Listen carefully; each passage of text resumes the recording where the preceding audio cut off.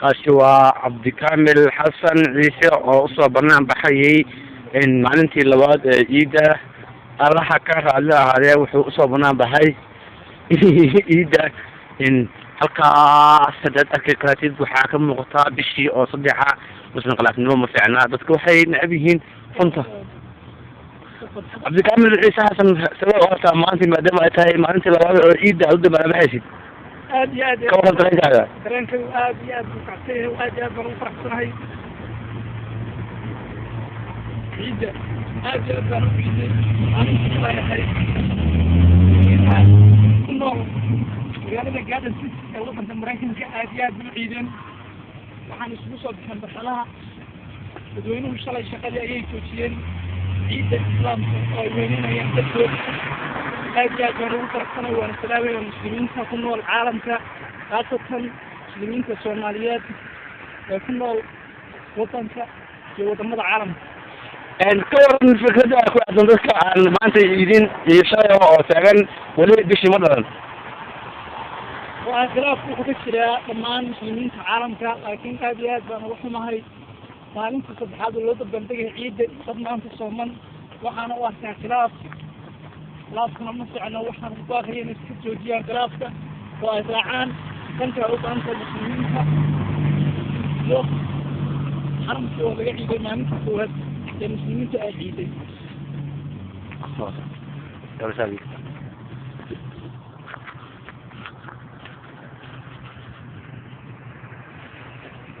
السلام عليكم ورحمة الله وبركاته. كان أحمد عبد أطه وعليكم السلام صاحبتي قالي عبد كامل. ما أنت كورن عيدة يسوي عيدة واحد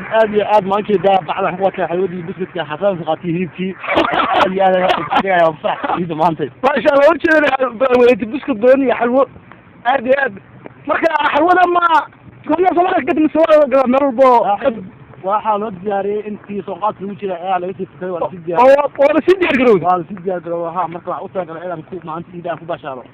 ما شاء الله كور ما أنت عيدة يساد عيدة laba qiyaasi kala saaxay farxadeyda ma sha Allah ciidan ku aadan waa u taagala inaan banaan ciidan kale la wiil ciida haye farxad waa hay maanta saaxay waxa qiyaanay meesha bal inta la xayawaanka loo yaqaan suunka oo ku soo arkay xayawaanka duwan aan wali arkin waxaa kula yaabana aragtay xayawaanaadka oo aad ka hadda ka hor aadan arkin waxaa ila yaabanayd marooyin arkay aan wali arkin waxaa arkay bahal dhahay wiil oo yana weyn isku baatay iyo garigi wali arkin iyo koob kale asna afar lugood aan ma arkin wax loo kala arko afar lugood waxa soo arkay bahal walax ka soo arkay haye ka waran marka maxaa ugu baaqaysaa dhammaan muslimiinta ciidaysa ee kula faraxsan sidaadoo kale waxaan ugu macnaha baaqayaa inay farxad iyo bashbash iyo barwaaqo iyo reereen ay ku iidaan ciidan ciidda kale ay ku gaarsiiyo nabad iyo caano amiin